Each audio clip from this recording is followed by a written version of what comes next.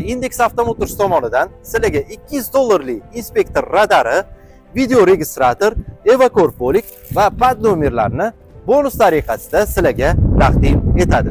Cobalt Style MCM 2026-yil 156 million 100 ming so'mligi 3 yillik va 5 yillik grafikni aytib o'taman. 3 yilga hamma xarajatlar ichida mashinani haydab ketishinglar bilan 43 million 700 ming so'm kerak bo'ladi.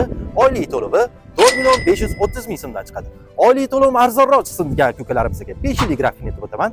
Hamma xarajatlar ichida mashinani haydab ketishinglar bilan 45 million 700 ming so'm kerak bo'ladi.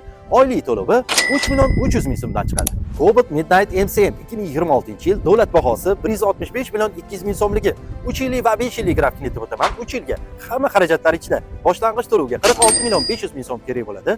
Oylik to'lovi 3 yil, ya'ni 36 oyga 4 million 790 mingdan chiqadi. 5 yillik grafikni aytib o'taman. Hamma xarajatlar ichida 48 million 500 ming so'm kerak bo'ladi.